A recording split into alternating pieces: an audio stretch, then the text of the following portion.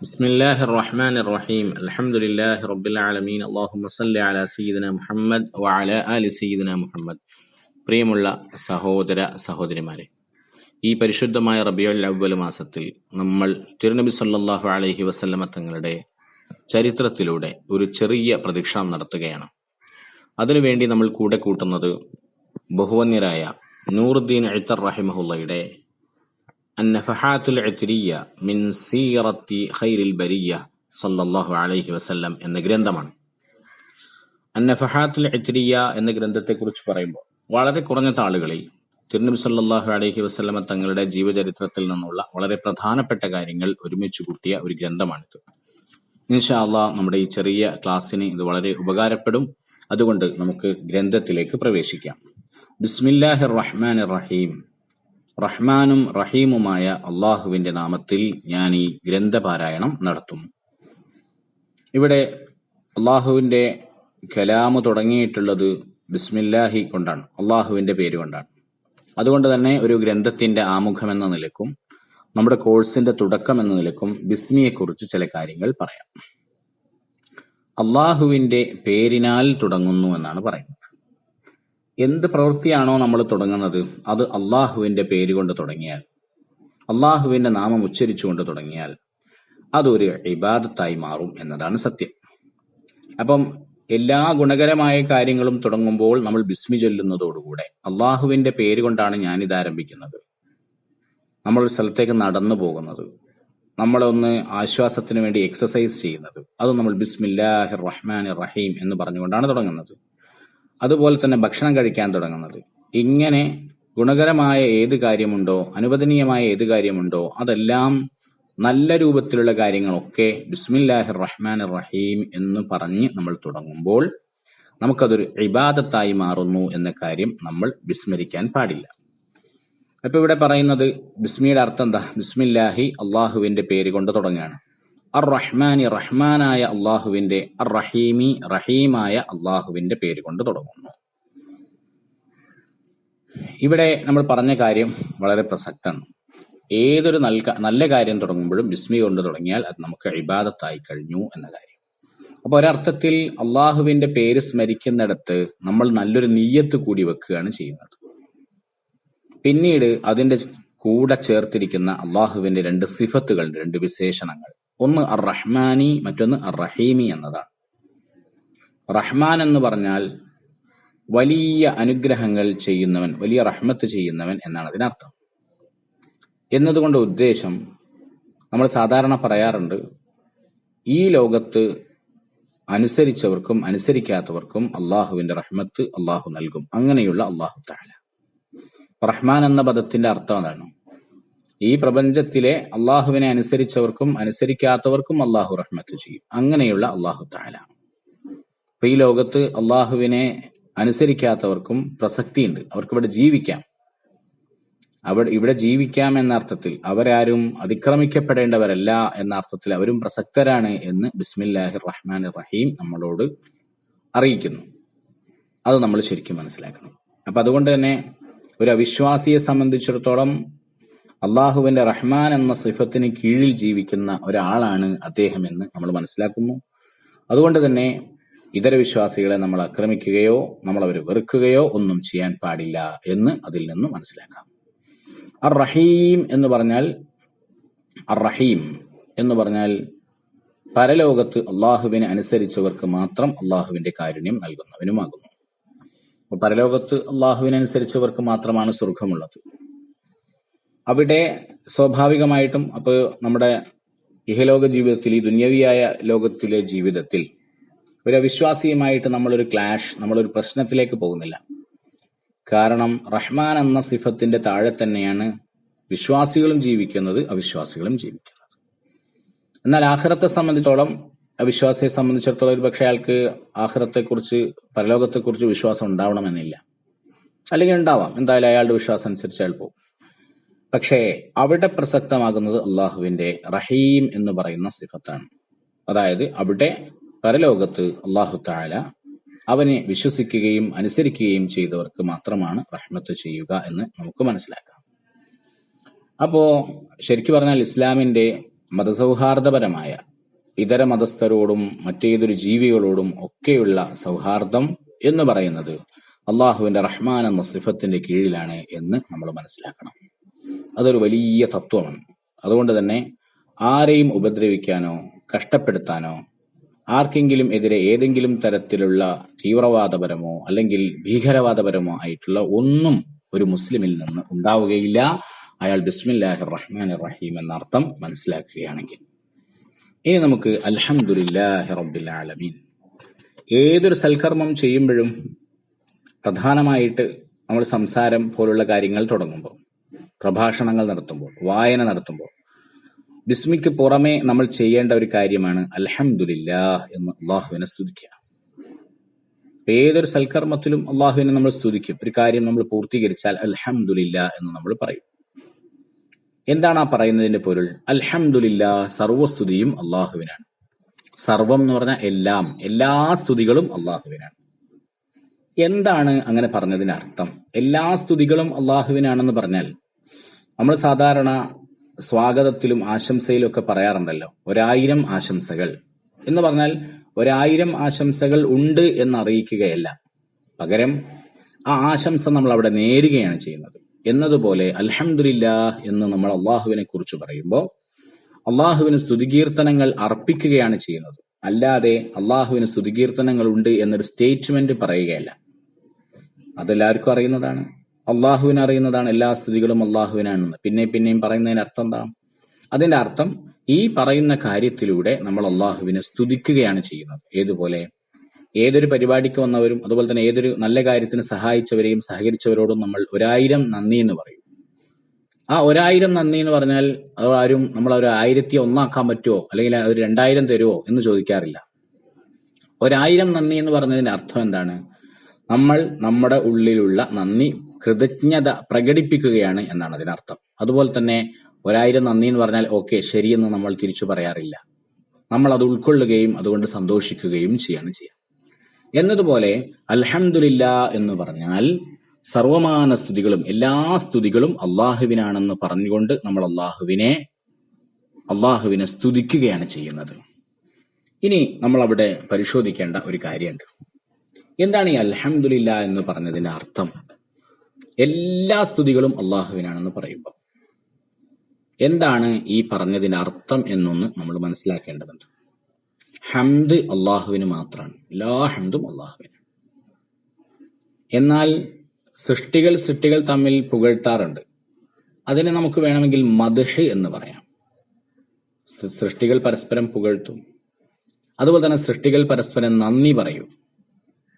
എന്നാൽ അതിന്റെ ഒക്കെ മുകളിലാണ് ഈ ഹംദ്, സ്തുതികീർത്തനം എന്ന് പറയുന്നത്. മലയാളത്തിൽ ഒരു പക്ഷെ നമുക്ക് സ്തുതിക്കുക അല്ലെങ്കിൽ പുകഴ്ത്തുക, നന്ദി പറയുക എന്നൊക്കെ പറഞ്ഞാൽ അടുത്തടുത്ത പര്യായ പദങ്ങളായിട്ടായിരിക്കും അനുഭവപ്പെടുക.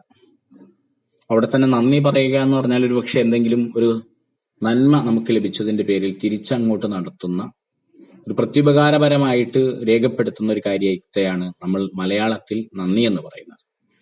അറബിയിലും അങ്ങനെ തന്നെ, അതിനാണ് ശുക്ർ എന്ന് പറയുക. എന്നാൽ പുകഴ്ത്തുക എന്ന് പറഞ്ഞാൽ, അറബിയിൽ പുകഴ്ത്തുക എന്ന് പറഞ്ഞാൽ മദ്ഹ്, പുകഴ്ത്തുക എന്ന്. അതേപോലെ തന്നെ ഹംദ്, സ്തുതിക്കുക എന്നും പറയും. മലയാളത്തിൽ ഒരു പക്ഷേ പ്രത്യക്ഷത്തിൽ കേട്ടാൽ നമുക്ക് വലിയ വ്യത്യാസം തോന്നില്ലെങ്കിലും അറബി ഭാഷയിൽ ഇത് രണ്ടും തമ്മിൽ വലിയ അന്തരമുണ്ട്. ഇവിടെ വലിയൊരു കാര്യം നമുക്ക് പഠിക്കാനുണ്ട്. അതെന്താണെന്ന് വെച്ചാൽ നമ്മൾ നബി സല്ലല്ലാഹു അലൈഹി വസല്ലമ തങ്ങളെ മദ്ഹ് ചെയ്യുകയാണ് ചെയ്യുന്നത്, എന്നാൽ അള്ളാഹുവിനെ ഹംദ് ചെയ്യുകയാണ് ചെയ്യുന്നത്. എന്താണ് ഇത് രണ്ടും തമ്മിലുള്ള വ്യത്യാസം? ഹംദിന് ഒരാൾ അർഹനാകുന്നത്, നമ്മൾ ഇവിടെ തന്നെ പറഞ്ഞു എല്ലാ ഹംദും അള്ളാഹുവിനാണ്. ഹംദിന് ഒരാൾ അർഹനാകുന്നത്, സ്തുതിക്ക് ഒരാൾ അർഹനാകുന്നത് അയാൾക്ക് ഒരു കർമ്മം സ്വന്തമായി പൂർണ്ണമായും സ്വതന്ത്രമായി ചെയ്യാൻ പറ്റുന്ന സന്ദർഭത്തിൽ അതിനെ നമ്മൾ നൽകുന്ന പുകഴ്ത്തലിനെയാണ് സ്തുതി അല്ലെങ്കിൽ ഹംദ് എന്ന് പറയുന്നത്. ഒന്നുകൂടി പറയാം. ഒരാൾ പൂർണ്ണമായും സ്വതന്ത്രമായിട്ട് മറ്റൊരാളുടെയും ആരുടെയും ഇടപെടലില്ലാതെ മറ്റൊരാളുടെയും സഹായമില്ലാതെ പൂർണ്ണമായും സ്വന്തം കഴിവ് കൊണ്ട് ചെയ്യുന്ന ഒരു കാര്യത്തെ, ആ കാര്യത്തെയാണ് നമ്മൾ ഹംദ് ചെയ്യുക. അങ്ങനെ പറയുമ്പോൾ ഹംദ് അള്ളാഹുവിന് മാത്രമാണ് ഉണ്ടാവുക. അതുകൊണ്ടാണ് നമ്മൾ പറയുന്ന അൽഹംദുലില്ലാഹ്, സർവ്വസ്തുതികളും അള്ളാഹുവിനാണ്. അപ്പൊ ഒരർത്ഥത്തിൽ നമ്മൾ പരസ്പരം സ്തുതികൾ പറഞ്ഞാൽ അത് പൂർണ്ണാർത്ഥത്തിലുള്ള ഹംദാകുന്നില്ല, അത് പലപ്പോഴും മദ്ഹ ആകുന്നുള്ളൂ. അപ്പൊ എന്താണ് മദ്ഹ്? അത് നമുക്ക് ആലോചിക്കാം. അപ്പൊ ഈ ഹംദ് എന്താണെന്ന് നമ്മൾ മനസ്സിലാക്കി. അസ്സനാഉ അലൽ ജമീലിൽ ഇഖ്തിയാരി എന്നാണ് കിതാബിന്റെ ഭാഷയിൽ പറഞ്ഞാൽ ഹംദിന്റെ നിർവചനം. ഇഖ്തിയാറായിട്ട് അഥവാ സ്വന്തം ഇഷ്ടപ്രകാരം ചെയ്യാൻ പറ്റുന്ന ഒരു പ്രവർത്തനത്തെ നമ്മൾ പുകഴ്ത്തുന്നതിനെയാണ് ഹംദ് എന്ന് പറയുന്നത്. ഉദാഹരണത്തിന്, ഒരാൾക്ക് സൗന്ദര്യമുള്ള ഒരാൾ, ആ സൗന്ദര്യവാനായ ഒരാളെ നമ്മൾ പുകഴ്ത്തുമ്പോൾ അത് ആ സൗന്ദര്യം എന്ന് പറയുന്നത് അയാൾ സ്വന്തം ഇഷ്ടപ്രകാരം അല്ലെങ്കിൽ അയാളുടെ സ്വയം പ്രവർത്തന പ്രകാരം നേടിയെടുക്കുന്ന ഒന്നല്ല, അയാൾക്ക് അല്ലാഹു തആല കനിഞ്ഞേകുന്നത്, നൽകുന്നത്. അപ്പൊ അതുകൊണ്ട് അങ്ങനെ സൗന്ദര്യത്തിന്റെ പേരിൽ ഒരാളെ നമ്മൾ പുകഴ്ത്തിയാൽ അതിനെക്കുറിച്ച് നമ്മൾ ഹംദ് എന്ന് പറയില്ല, അതിനെ നമ്മൾ മദ്ഹ് എന്നാണ് പറയുക. അപ്പൊ ഇവിടെ ശ്രദ്ധിക്കേണ്ട ഒരു കാര്യമുണ്ട്. നമ്മൾ എല്ലാ സ്തുതികളും അള്ളാഹുവിനാണ് എന്ന് പറയുമ്പോൾ ഏതൊരു പ്രവർത്തനത്തെയും ആത്യന്തികമായിട്ട് ചെയ്യുന്നവൻ അള്ളാഹുവാണ്. അപ്പൊ നമുക്കൊരാള് വെള്ളം കൊണ്ടുവന്നു തന്നു, നമുക്ക് ദാഹിക്കുന്നു, എനിക്ക് അല്പം വെള്ളം വേണം എന്ന് നമ്മൾ ഒരാളോട് അപേക്ഷിച്ചു. അയാൾ നമുക്ക് വെള്ളം കൊണ്ടുവന്ന് തരുമ്പോൾ നമ്മൾ അദ്ദേഹത്തെ സ്തുതിക്കും. അദ്ദേഹത്തെ സ്തുതിക്കാൻ അദ്ദേഹത്തിന് നന്ദി പറയും. സ്തുതിക്കല്ല, നന്ദി പറയും. നന്ദി പറയുന്നതോടൊപ്പം തന്നെ നമ്മൾ അൽഹംദുലില്ലാ എന്നും പറയും. അദ്ദേഹത്തോട് നന്ദി പറയണം. ശുക്രൻ, നന്ദി, നിങ്ങൾ ചെയ്തത് വലിയ ഉപകാരമായി എന്നൊക്കെ നമ്മൾ നന്ദിയുടെ വാചകങ്ങൾ പറയണം. അതോടൊപ്പം തന്നെ നമ്മൾ എന്തും പറയും? അൽഹംദുലില്ലാ എന്നും പറയും. സർവസ്തുതികളും അള്ളാഹുവിനാണ്. എന്താണ് ആ പറഞ്ഞതിന്റെ പൊരുൾ?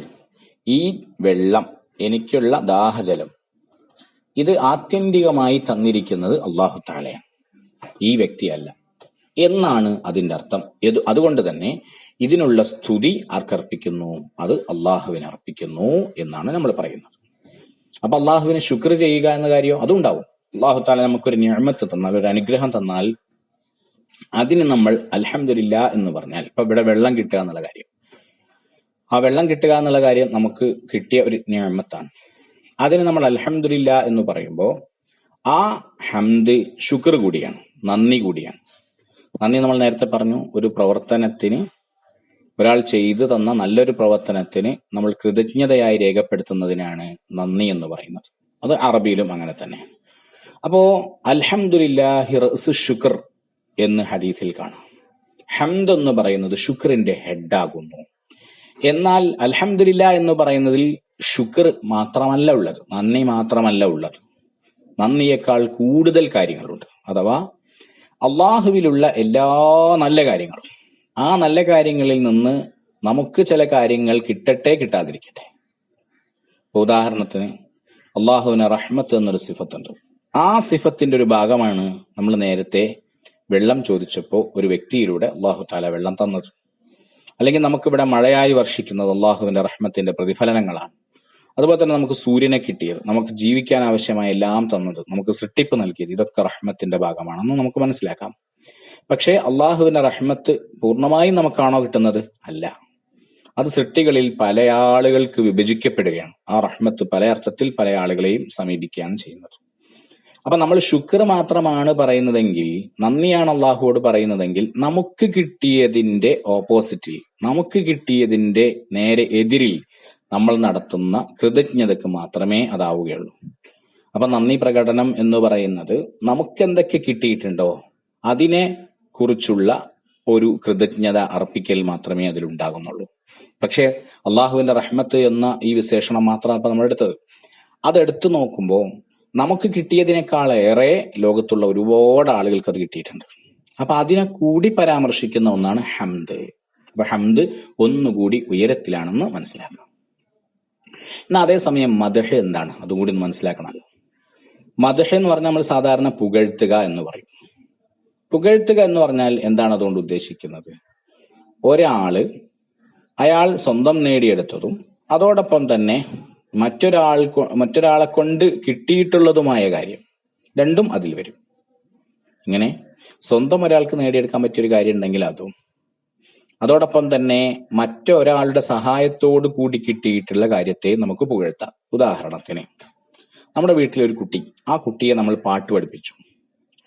ആ പാട്ട് കേട്ട് നമ്മൾ അവനെ പുകഴ്ത്തും, അവനെ മദ്ഹ് ചെയ്യാണ് ചെയ്യുക. അവിടെ ഹംദ് ചെയ്യുന്നു എന്ന് നമ്മൾ പറയാറില്ല. ഇവിടെയും നമ്മൾ ശ്രദ്ധിക്കേണ്ടതുണ്ട്. കാരണം ആത്യന്തികമായിട്ട് ആ കുട്ടിയെ പാട്ട് പഠിപ്പിച്ചത് നമ്മളാണെന്ന് പറയാം. ഒരർത്ഥത്തിലാണ് ഞാൻ പറയുന്നത്. നമ്മൾ ചിലപ്പോൾ അങ്ങനെ സംസാരിക്കാറുണ്ട്, ഈ പാട്ട് ഇതിന്റെ എല്ലാ ക്രെഡിറ്റും എന്റെ ഉപ്പയ്ക്കാണ് അല്ലെ എന്റെ ഉമ്മക്കാണെന്നൊക്കെ പറയും. കാരണം ആ പാട്ട് പഠിപ്പിച്ചു തന്നത് ഉമ്മയാണ് എന്ന് നമ്മൾ പറയും. അപ്പൊ നമ്മൾ ആ പാട്ട് പാടിയ കുട്ടിയെ മദ്ഹ് ചെയ്യാണ് ചെയ്യുക, പുകഴ്ത്തുന്നു. നല്ല പാട്ടായിട്ടുണ്ട്, നല്ല ഉഷാറായിട്ടുണ്ട്, ഗംഭീരം പാട്ടായിട്ടുണ്ട് എന്നൊക്കെ നമ്മൾ പറയും. അവിടെ നമ്മൾ പുകഴ്ത്തുകയാണ് ചെയ്യുന്നത്. കാരണം ആത്യന്തികമായി ആ കുട്ടിയിൽ നിന്ന് ഉണ്ടാകുന്നതല്ല പാട്ട് എന്ന് നമ്മൾ മനസ്സിലാക്കുന്നു. ഇനി ഇവിടെ നമ്മൾ മനസ്സിലാക്കേണ്ട വേറൊരു കാര്യമുണ്ട്. നബി സല്ലല്ലാഹു അലൈഹി വസല്ലമ തങ്ങളെ നമ്മൾ മദ്ഹ് ചെയ്യുകയാണ് ചെയ്യുന്നത്, ഹംദ് ചെയ്യുന്നില്ല. പലർക്കും ഉള്ളൊരു പേടി എന്താ, നബി തങ്ങളെ പുകഴ്ത്തി പരിധി വിടുമോ? പുകഴ്ത്തി പരിധി വിടുന്നില്ല. കാരണം പറയുന്നത് തന്നെ മദ്ഹ് എന്നാണ്. മദ്ഹ് എന്ന് പറഞ്ഞാൽ എന്താ? നേരത്തെ പറഞ്ഞു, ആത്യന്തികമായി അതിൽ പ്രധാനപ്പെട്ട ഒരു സൂചകമുണ്ട്. നബി സല്ലല്ലാഹു അലൈഹി വസല്ലമ തങ്ങളുടെ മഹത്വങ്ങളൊക്കെ അല്ലാഹു തആല നൽകിയതാണെന്നൊരു സൂചന ഈ മദ്ഹ് എന്ന വാക്കിൽ തന്നെയുണ്ട്. അപ്പൊ നബി തങ്ങളെ മദ്ഹ് ചെയ്യുന്നതോടുകൂടെ അത് പരിധി വിടുന്നില്ല. കാരണം മദ്ഹ് എന്ന വാക്കിന്റെ തന്നെ അർത്ഥത്തിൽ ഉൾച്ചേർന്നിരിക്കുന്ന ഒരു സാരം, സ്വന്തമായിട്ട് കിട്ടിയതല്ലാത്ത ഒരു കാര്യത്തിന് സ്വന്തമായി കിട്ടിയതിനും കിട്ടും, സ്വന്തമായി കിട്ടിയതല്ലാത്ത ഒരു കാര്യം എന്നൊരു സൂചന ഇവിടെ ഉണ്ട്. വേറെ ഒരാളുടെ സഹായത്തോട് കിട്ടിയതിനും കൂടി മദ്ഹ് ചെയ്യാൻ കഴിയും. സ്വന്തമായി കിട്ടിയതിനും സ്വന്തമായിട്ടുള്ള കഴിവിനും. സ്വന്തമായിട്ടുള്ള കഴിവ് എന്ന് പറയുന്നത് ഒരർത്ഥത്തിൽ ആപേക്ഷികമാണ്. നബി സല്ലല്ലാഹു അലൈഹി വസല്ലമ തങ്ങളുടെ ഒരു കഴിവിനെ നമുക്ക് സ്വന്തമായിട്ടുള്ള കഴിവ് എന്ന് പറയാം. നബി തങ്ങളുടെ സ്വന്തമായ കഴിവാണെന്ന് പറഞ്ഞാൽ ആപേക്ഷികമാണത്. ഉദാഹരണത്തിന് നബി സല്ലല്ലാഹു അലൈഹി വസല്ലമ തങ്ങൾ അവിടുന്ന് കാണിച്ച ഒരു മുഅ്ജിസത്തിനെ കുറിച്ച് നമ്മൾ പറയാം, അത് നബി തങ്ങളുടെ കഴിവാണ്, അങ്ങനെയും നമ്മൾ പരാമർശിക്കാറുണ്ട്. അപ്പൊ അത് ആപേക്ഷികമായ സംസാരമാണ്. അതേസമയം തന്നെ നമ്മൾ പറയും നബി സല്ലല്ലാഹു അലൈഹി വസല്ലമ തങ്ങൾ ചെയ്തിട്ടുള്ള ഒരു പ്രവൃത്തി അത് നബി തങ്ങളുടെ കഴിവല്ല, അള്ളാഹുവിന്റെ കഴിവാണെന്ന് പറയും. ഈ രണ്ട് ശൈലിയിലും നമുക്ക് ഖുർആനിൽ തന്നെ കാണാം. ഒമാ റമൈത ഇദ് റമൈത വലാകിന്നല്ലാഹ റമ. ഖുർആനിൽ അല്ലാഹു തആല നബി സല്ലല്ലാഹു അലൈഹി വസല്ലമ തങ്ങൾ മക്കയിൽ നിന്നും മദീനയിലേക്ക് ഹിജറ പോകുന്ന സംഭവത്തെ പരാമർശിച്ചുകൊണ്ട് പറയുന്നുണ്ട്. അവിടെ പറയാണ്, അവിടെ അലി റളിയല്ലാഹു അൻഹുവിനെ വിരിപ്പിൽ കിടത്തിയിട്ട് നബി സല്ലല്ലാഹു അലൈഹി വസല്ലമ തങ്ങൾ പുറത്തിറങ്ങി. എന്നിട്ട് സൂറത്തു യാസീനിലെ അല്പഭാഗം ഓതിയിട്ട് കുറച്ച് മണ്ണ് വാരിയിട്ട് കണ്ണിലേക്ക് എറിഞ്ഞു, ശത്രുക്കളുടെ നേരെ എറിഞ്ഞു. അപ്പൊ അതൊക്കെ ശത്രുക്കളുടെ കണ്ണിൽ പോയി. അവർ കണ്ണിൽ മണ്ണ് വീണത് ക്ലിയർ ആക്കുന്നതിനിടക്ക് നബി സല്ലല്ലാഹു അലൈഹി വസല്ലമ തങ്ങൾ അവിടെ നിന്ന് രക്ഷപ്പെട്ടു. ഇവിടെ നമ്മൾ ചിന്തിക്കേണ്ടത്, ഈ കാര്യം നമ്മളുടെ ഭാഷയിൽ പറഞ്ഞാൽ മണ്ണ് വാരി എറിഞ്ഞത് ആരാണ്? നബി സല്ലല്ലാഹു അലൈഹി വസല്ലമ തങ്ങളാണ്. എന്നാൽ അതിനെക്കുറിച്ച് അള്ളാഹു പറയാൻ, വമാ റമൈത, അങ്ങ് എറിഞ്ഞിട്ടില്ല, ഇത് റമൈത, അങ്ങ് എറിഞ്ഞ സന്ദർഭത്തിൽ, വലാകിന്നല്ലാഹ റമ, മറിച്ച് അള്ളാഹുവാണ് എറിഞ്ഞിട്ടുള്ളത് എന്ന് അള്ളാഹു പറയുന്നു. അതായത് പ്രവൃത്തിയെ സൃഷ്ടികളിലേക്ക് ചേർത്ത് പറയുമ്പോൾ അതിന്റെ അർത്ഥം അവർ ആ പ്രവൃത്തിയുമായി ബന്ധപ്പെടുന്നു, അതിന്റെ ഫാഇൽ, അതിന്റെ കർത്താവാണ് എന്ന അർത്ഥത്തിലാണ്. ആ പ്രവൃത്തി അവരിൽ നിന്നാണ് ഉത്ഭവിക്കുന്നത് എന്നാണ് അതിനർത്ഥം. എന്നാൽ ആ പ്രവർത്തനത്തെ അള്ളാഹുവിലേക്ക് ചേർക്കുമ്പോൾ അതിന്റെ അർത്ഥം ആ പ്രവർത്തനത്തിന് ആത്യന്തികമായ ശക്തി നൽകുന്നവൻ അള്ളാഹു എന്നാണ് ആ പറഞ്ഞതിന്റെ അർത്ഥം. അപ്പൊ ഇത് നമുക്ക് മനസ്സിലായാൽ എന്താണ് നബിതങ്ങളെ മദ്ഹ് ചെയ്യുന്നത് എന്ന് പറഞ്ഞതിന്റെ പൊരുൾ നമുക്ക് മനസ്സിലാവും.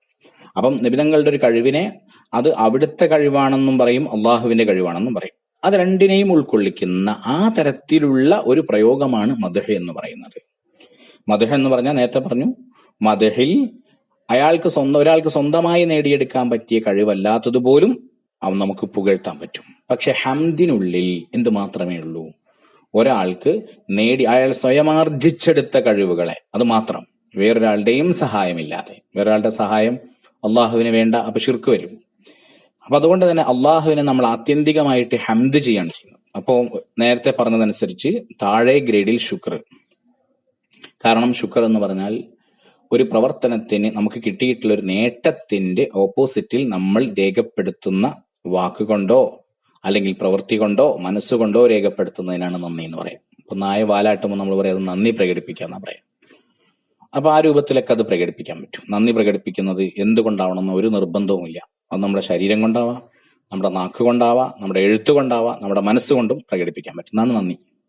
ആ അർത്ഥത്തിൽ നന്ദി ലാസ്റ്റ് ഗ്രേഡില്ല. കാരണം നമുക്ക് കിട്ടിയിട്ടുള്ള ഒരു നേട്ടത്തിന്റെ ഓപ്പോസിറ്റിൽ ആണ് നമ്മളത് പ്രകടിപ്പിക്കുന്നത് എന്നതിനാൽ. എന്നാൽ മദ്ഹിലേക്ക് എത്തുമ്പോൾ കുറച്ചുകൂടി അത് വിശാലമാകും. മദ്ഹിലെത്തുമ്പോൾ മദ്ഹ് സ്വന്തം നിർമ്മിച്ചെടുത്ത, സ്വന്തം നേടിയെടുത്ത ഒരു കാര്യം, അതും ആപേക്ഷികമാണെന്ന് നേരത്തെ നമ്മൾ പറഞ്ഞു. അതോടൊപ്പം തന്നെ മറ്റൊരാളുടെ സഹായത്തോടെ നമുക്ക് ലഭിച്ചിട്ടുള്ള കാര്യവും, അതിനും നമുക്ക് മദ്ഹ് ചെയ്യാൻ പറ്റും. അപ്പൊ മദ്ഹ് എന്ന് പറയുമ്പോൾ അത് നേരത്തെയുള്ള ശുക്രിനേക്കാളും ഒന്നുകൂടി ഒരു പടി കൂടി വികസിച്ചു എന്ന് മനസ്സിലാക്കാം. എന്നാൽ അടുത്ത ഹംദ് എന്ന് പറയുന്നത് അത് മഹാവിശാലമാണ്. ഏതർത്ഥത്തിൽ? അത് ആത്യന്തികമായിട്ട് അയാളിൽ നിന്ന്, ആ വ്യക്തിയിൽ നിന്ന് ഉത്ഭവിക്കുന്നു എന്ന കാരണത്താൽ, അതിന് വേറെ ഒരു സഹായവുമില്ല എന്ന കാരണത്താൽ ആത്യന്തികമായിട്ടുള്ള പുകഴ്ച, അതാണ് ശരിക്കു പറഞ്ഞാൽ ഹംദ് എന്ന് പറഞ്ഞത് കൊണ്ട് ഉദ്ദേശിക്കുന്നത്. ദീർഘിച്ചു പോയെങ്കിൽ ക്ഷമിക്കണം. നമുക്ക് ഇവിടെ പലപ്പോഴും മദ്ഹ് പറയുമ്പോഴേക്ക് എന്തോ സംഭവിക്കുമെന്ന് ചിന്തിക്കുന്നത് ഒരിക്കലും ശരിയല്ല എന്നാണ് പറഞ്ഞത്. കാരണം അതിന് ഉപയോഗിക്കുന്ന വാക്ക് തന്നെ മദ്ഹ് എന്നാണ്. ആ മദ്ഹ് എന്ന് പറയുന്നതിന്റെ അർത്ഥം തന്നെ ആത്യന്തികമായിട്ട് ഒരാളിൽ ഉണ്ടാകുന്നത് എന്നർത്ഥത്തിനല്ല, മറിച്ച് മറ്റൊരാളുടെ സഹായത്തോടെ ഉണ്ടാകുന്നത് എന്നും, അതോടൊപ്പം തന്നെ ആത്യന്തികമായി ഉണ്ടാകുന്നതെന്ന് പറഞ്ഞാൽ അത് ആപേക്ഷികമായിട്ടുള്ളതാണെന്നും എല്ലാ കഴിവുകളും അള്ളാഹുവിൻ്റെതാണെന്നോ ബോധ്യത്തിൽ നിന്നും ഉള്ളതാണ് മദ്ഹ് എന്ന് നമുക്ക് ആ വാക്കിൽ നിന്ന് തന്നെ മനസ്സിലാക്കാം എന്ന് പറയാൻ വേണ്ടിയാണ് ഇത്രയും ദീർഘമായി പറഞ്ഞത്. അപ്പം അൽഹംദുലില്ലാ എന്ന വാക്ക് അത് ആത്യന്തികമായിട്ട് അള്ളാഹുവിന് മാത്രമേ ചേരുകയുള്ളൂ എന്ന് പറഞ്ഞാൽ എല്ലാ അർത്ഥത്തിലെയും എല്ലാ സ്തുതികളെയും അള്ളാഹുവിന് മാത്രമുള്ളതാണ്. അപ്പം ചിലപ്പോൾ നമ്മൾ ഭാഷാപരമായിട്ട് ഒരാളെ പുകഴ്ത്തിയാൽ അതിനെ സ്തുതിച്ചു എന്ന് പറയാറുണ്ട്. എനിക്ക് ഒരു ഗ്ലാസ് വെള്ളം തന്നയാളെ ഞാൻ സ്തുതിച്ചു, നിങ്ങൾ നല്ല കാര്യമാണ് ചെയ്തത് എന്ന് സ്തുതി പറയാറുണ്ട്. അപ്പോഴും നമ്മൾ അൽഹംദുലില്ലാ എന്ന് പറയുമ്പോൾ അതിന്റെ അർത്ഥം എന്താ? നേരത്തെ പറഞ്ഞത് അൽഹംദുലില്ലാ എന്ന് പറയുമ്പോൾ നിങ്ങളെ ഞാൻ സ്തുതിച്ചത് അല്ലാഹു തആല നിങ്ങൾക്ക് കഴിവ് തന്നു എന്ന അർത്ഥത്തിൽ, ഒരർത്ഥത്തിൽ ഇത് മദ്ഹാണ്. യഥാർത്ഥത്തിലുള്ള ഇതിന്റെ പുകഴ്ച അത് മുഴുവനും അല്ലാഹു തആലക്ക് അവകാശപ്പെട്ടതാണെന്നാണ്. അപ്പൊ ഒരു ശരിക്കു പറഞ്ഞാൽ ബിസ്മിയും ഹംദും പറയുന്നതോടുകൂടെ മാനസികമായിട്ടുള്ള ഒരു ആരാധനയുടെ വലിയ തലം അവിടെ തുറക്കുകയാണെന്ന് നമ്മൾ മനസ്സിലാക്കണം. അപ്പൊ നമ്മളൊരു കാര്യം ചെയ്യുമ്പോൾ ബിസ്മിയും ഹംദും ചൊല്ലുകയാണെങ്കിൽ അതിനുള്ളിൽ അടങ്ങിയിരിക്കുന്ന രഹസ്യങ്ങൾ വളരെ മഹത്തരമാണ് എന്ന് നമുക്ക് മനസ്സിലാക്കാം. അപ്പൊ അൽഹംദുലില്ലാഹി, സർവസ്തുതികളും അള്ളാഹുവിനാണ്. അല്ലദീ, എങ്ങനെയുള്ള അല്ലാഹു തആല, ശറഫൽ ആലമീന, ലോകത്തിന് മഹത്വം നൽകിയിട്ടുള്ള അല്ലാഹു തആല. അപ്പം ലോകത്തിന് മഹത്വം നൽകിയ അള്ളാഹുവിനാണ് സർവസ്തുതി. എങ്ങനെയാണ് മഹത്വം നൽകിയത്? ബിസയ്യിദിന മുഹമ്മദിൻ സല്ലല്ലാഹു അലൈഹി വസല്ലം, നമ്മുടെ നേതാവായ മുഹമ്മദ് നബി സല്ലല്ലാഹു അലൈഹി വസല്ലം തങ്ങളെ കൊണ്ട് ലോകത്തിന് മുഴുവനും മഹത്വം നൽകിയിട്ടുള്ള അള്ളാഹുവിനാണ് എല്ലാ സ്തുതികളും. ഇനി ആ മുഹമ്മദ് നബി സല്ലല്ലാഹു അലൈഹി വസല്ലം തങ്ങളുടെ ചില വിശേഷണങ്ങൾ പറയാം. അഅ്ളമിൽ അംബിയാഇ വൽ മുർസലീൻ, അംബിയാക്കളിലും മുർസലീങ്ങളിലും ഏറ്റവും ഉന്നതരായ ആളുകൾ. അംബിയാ എന്ന് പറയുന്നത് നബി എന്ന് പറയുന്നതിന്റെ ബഹുവചനമാണ്. മുർസലീൻ എന്ന് പറയുന്നത് മുർസൽ എന്നതിന്റെ ബഹുവചനമാണ്. എന്താണ് നബിയും റസൂലും തമ്മിലുള്ള വ്യത്യാസം? വളരെ സിമ്പിളായി ഇങ്ങനെ പറയാം. നബി എന്ന് പറഞ്ഞാൽ അല്ലാഹു തആല ഒരു സമൂഹത്തിലേക്ക് നിയോഗിക്കുകയും പ്രത്യക്ഷത്തിൽ പ്രബോധനത്തിന് കൽപ്പിക്കാതിരിക്കുകയും ചെയ്തിരിക്കുന്ന വ്യക്തിയെയാണ് നബി എന്ന് പറയുന്നത്. അല്ലാഹു തആല അവരെ തെരഞ്ഞെടുത്തതാണ്, പ്രവാചകനായി തെരഞ്ഞെടുത്തതാണ്. പക്ഷേ സമൂഹത്തിനിടയിൽ ഇറങ്ങി വന്നുകൊണ്ട് പ്രത്യക്ഷത്തിൽ ജനങ്ങളെ ഇസ്ലാമിലേക്ക് ക്ഷണിക്കുക എന്ന ബാധ്യത നബിക്കില്ല. എന്നാൽ മുർസൽ എന്ന് പറയുന്നവർ, അള്ളാഹുവിന്റെ ദൂതർ എന്ന് പറയുന്നവർ, മുർസൽ എന്ന് പറയുന്നവർ, അവരെ അള്ളാഹു തആല പ്രത്യേകം തെരഞ്ഞെടുക്കുകയും അവർക്ക് പ്രത്യേകമായ കൽപ്പനയുണ്ട്, നിങ്ങൾ ജനങ്ങളെ ഇസ്ലാമിലേക്ക് പ്രത്യക്ഷത്തിൽ ക്ഷണിക്കണമെന്ന്. അപ്പൊ ആദ്യത്തെ നബി ജനങ്ങളുടെ ഇടയിൽ നല്ല രൂപത്തിൽ ജീവിച്ചാൽ മതി. അപ്പൊ അത് കണ്ടിട്ട് തന്നെ ജനങ്ങൾ ഇസ്ലാമിലേക്ക് ആകൃഷ്ടരാവുകയും ഇസ്ലാമിലേക്ക് വരികയും ചെയ്യും. എന്നാൽ മുർസലാകുമ്പോൾ ദൗത്യം കുറച്ചുകൂടി കൂടും. അവർ കേവലം ജീവിച്ചാൽ മാത്രം പോരാ, ജനങ്ങൾക്ക് ഈ വഴി വിശദീകരിക്കുകയും ജനങ്ങൾ അതിലേക്ക് ക്ഷണിക്കുകയും ചെയ്യേണ്ടതുണ്ട്. ഇവിടെ മനസ്സിലാക്കുന്ന ഒരു കാര്യം, രണ്ടു പേർക്കും അല്ലാഹു തആല കിതാബുകൾ നൽകാം. അപ്പൊ കിതാബുകൾ നൽകുക എന്നുള്ളതല്ല റസൂലും അതുപോലെ തന്നെ നബിയും തമ്മിലുള്ള വ്യത്യാസത്തിന്റെ മാനദണ്ഡം എന്നുകൂടി മനസ്സിലാക്കാം. ഇതും നമ്മൾ മനസ്സിലാക്കേണ്ടതുണ്ട്. ഇവിടെ നമ്മൾ ചിന്തിക്കേണ്ട പല കാര്യങ്ങളുണ്ട്.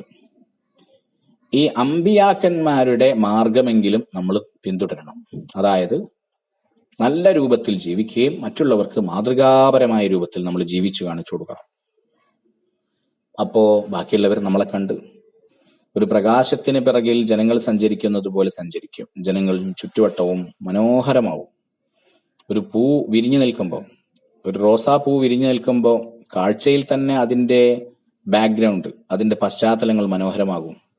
അതുപോലെ തന്നെ അതിനരികിലൂടെ നടന്നു പോകുന്ന ആളുകൾക്ക് അതിന്റെ പരിമളം ലഭിക്കും. ഇങ്ങനെയൊക്കെ ആകുന്നത് പോലെയാണ് ഒരു നബിയുടെ ദൗത്യം എന്ന് നമ്മൾ മനസ്സിലാക്കാം. ഓരോ വിശ്വാസിയും മിനിമം ആ ദൗത്യത്തിലെങ്കിലും നിൽക്കണം എന്നുകൂടി നമുക്ക് അതിൽ നിന്ന് മനസ്സിലാക്കാൻ സാധിക്കും. അതോടൊപ്പം നമ്മൾ കാണുന്ന ഒന്നാണ് റസൂലിന്റെ ദൗത്യം. റസൂലിന്റെ ദൗത്യം അത് കാര്യങ്ങളൊക്കെ വ്യക്തമായി സാവകാശം ജനങ്ങളെ ബോധിപ്പിക്കുന്ന രൂപത്തിൽ വിഷയങ്ങൾ വളരെ സ്നേഹത്തോടുകൂടി പറഞ്ഞു കൊടുക്കുക എന്നുള്ള വലിയ ദൗത്യമാണെന്നുകൂടി നമ്മൾ മനസ്സിലാക്കണം. അപ്പൊ ആ ദൗത്യവും നമുക്ക് സ്വീകരിക്കാൻ പറ്റും. ആ ദൗത്യവും നമ്മൾ സ്വീകരിക്കേണ്ടവരാണ്. എപ്പോഴും നമ്മൾ അത് സ്വീകരിക്കേണ്ടതുണ്ട്. മിനിമമാണ് നേരത്തെ പറഞ്ഞ നബിയുടെ ദൗത്യമെങ്കിലും നമ്മൾ പറയും. അതുകൊണ്ട് നമ്മൾ നബിയോ റസൂലോ ആവില്ല, അത് വേറെ കാര്യം. എന്നാൽ അംറും ബിൽ മഅറൂഫ് നഹിയൻ അനിൽ മുൻകർ, നല്ല കാര്യങ്ങൾ കൽപ്പിക്കുകയും തിന്മ വിരോധിക്കുകയും ചെയ്യുന്ന കാര്യത്തിൽ നമ്മൾ ഒരു അർത്ഥത്തിൽ പറഞ്ഞാൽ റസൂലിന്റെ ദൗത്യത്തിലേക്ക് നമ്മൾ പോകേണ്ടതുണ്ട്. അത് നബി സല്ലല്ലാഹു അലൈഹി വസല്ലം തങ്ങൾ പറഞ്ഞല്ലോ, നല്ല കാര്യങ്ങൾ ചീത്ത കാര്യങ്ങൾ കണ്ടാൽ നിങ്ങൾ അത് കൈകൊണ്ട് തടയാൻ പോകണം. ഒരർത്ഥത്തിൽ അത് റസൂലിന്റെ ദൗത്യമാണ്. അല്ലെങ്കിൽ നാവുകൊണ്ട് തടയണം, അതും റസൂലിന്റെ ദൗത്യമാണ്. അതിനും സാധിക്കുന്നില്ലെങ്കിൽ നിങ്ങൾ ഒരർത്ഥത്തിൽ മനസ്സുകൊണ്ട് നിങ്ങൾ വെറുക്കണം. മനസ്സുകൊണ്ട് വെറുക്കുക എന്ന് പറഞ്ഞാൽ ഇവിടെ നമ്മൾ മനസ്സിലാൻ വേണ്ടി പറയാണ്, ഒരർത്ഥത്തിൽ നബിയുടെ ദൗത്യം. നബിമാര് തെറ്റുകൾ കണ്ട മനസ്സുകൊണ്ട് വെറുക്കുക മാത്രമല്ല, അവർ പ്രത്യക്ഷത്തിൽ പറയുകയൊക്കെ ചെയ്യൂട്ടോ. അത് അംറു ബിൽ മഅറൂഫ് നഹി അനിൽ മുൻകറിന്റെ ഭാഗമാണ്. പക്ഷെ നമ്മൾ മനസ്സിലാക്കാൻ വേണ്ടിയിട്ട് ഒരു ഉദാഹരണം പറഞ്ഞേ ഉള്ളൂ. അവസാനം പറയുന്നത് എന്താ? അത് വദാലിക അദ്അഫുൽ ഈമാൻ, മനസ്സുകൊണ്ട് വെറുക്കുകയെങ്കിലും നമ്മൾ ചെയ്യണം. അത് ഏറ്റവും ബലഹീനമായ വിശ്വാസമാകുന്നു. അതായത് നമ്മുടെ സാന്നിധ്യം ഒരിക്കലും ഈ തെറ്റിനെ സാധൂകരിക്കുന്ന തരത്തിലാവാൻ പാടില്ല. അത് തെറ്റാണെന്ന് ബോധ്യപ്പെടുത്തുന്ന തരത്തിലെങ്കിലും ആയിരിക്കണം എന്ന് നബി സല്ലല്ലാഹു അലൈഹി വസല്ലം തങ്ങൾ നമ്മളെ പഠിപ്പിക്കുന്നുണ്ട്. അപ്പൊ ഇതാണ് നബിയും റസൂലും തമ്മിലുള്ള വ്യത്യാസം എന്ന് മനസ്സിലാക്കാം. പിന്നെ പറഞ്ഞു വജ്തബാഹു, അവിടുത്തെ അല്ലാഹു തആല തെരഞ്ഞെടുത്തു. വഖ്താറഹു, അതും തെരഞ്ഞെടുത്തു എന്നർത്ഥം. അവിടുത്തെ തെരഞ്ഞെടുത്തു. ബഷീറൻ വനദീറൻ, സന്തോഷ വാർത്ത അറിയിക്കുന്നവരും താക്കീതുകാരുമായിട്ടും തെരഞ്ഞെടുത്തു. നബി തങ്ങളുടെ വിശേഷണം അങ്ങനെ പറഞ്ഞു പോവാം. അപ്പൊ നബി സല്ലല്ലാഹു അലൈഹി വസല്ലം തങ്ങളുടെ രണ്ട് പ്രധാനപ്പെട്ട വിശേഷണം പരിശുദ്ധമായ ഖുർആൻ തന്നെ ഓർമ്മപ്പെടുത്തിയതാണ് ബഷീർ നദീർ എന്നുള്ളത്. സന്തോഷ വാർത്ത പറയും, അതോടൊപ്പം തന്നെ താക്കീതും പറയും. അതാണ് ശരി. അല്ലാതെ വെറും സുഖിപ്പിക്കൽ മാത്രമല്ല. ആർക്കൊക്കെ? ലിൽ അവ്വലീന വൽ ആഖിരീൻ, ആദ്യകാലത്ത് വന്നവർക്കും അവസാന കാലത്തുള്ളവർക്കും എന്ന് പറഞ്ഞാൽ എല്ലാവർക്കും എന്നർത്ഥത്തിനാണ് ഒരു പ്രയോഗമാണ്. അൽ അവ്വലീന വൽ ആഖിരീൻ എന്ന് പറഞ്ഞാൽ എല്ലാവർക്കും. അപ്പൊ എല്ലാവർക്കുമുള്ള സന്തോഷ വാർത്ത തരുന്നവരും അതേപോലെ തന്നെ താക്കീത് തരുന്നവരുമാകുന്നു നബി സല്ലല്ലാഹു അലൈഹി വസല്ലം തങ്ങൾ എന്ന് നമുക്ക് ഇവിടെ നിന്ന് മനസ്സിലാക്കാം. നമുക്ക് ഈ ഒന്നാമത്തെ ക്ലാസ് ഇവിടെ അവസാനിപ്പിക്കാം. ഇപ്പോ ഇതിൽ പറഞ്ഞിട്ടുള്ള കാര്യങ്ങളൊക്കെ നമ്മൾ മനസ്സിരുത്തി നല്ല രൂപത്തിൽ മനസ്സിലാക്കാൻ ശ്രമിക്കുക. അല്ലാഹു തആല നമുക്ക് തൗഫീഖ് ചെയ്യട്ടെ. അടുത്ത ക്ലാസ്സിൽ നമുക്ക് തുടരാം. വആഖിറു ദഅ്വാനാ അൽഹംദുലില്ലാഹി റബ്ബിൽ ആലമീൻ. അസ്സലാമു അലൈക്കും വറഹ്മത്തുള്ളാഹി വബറകാതുഹു.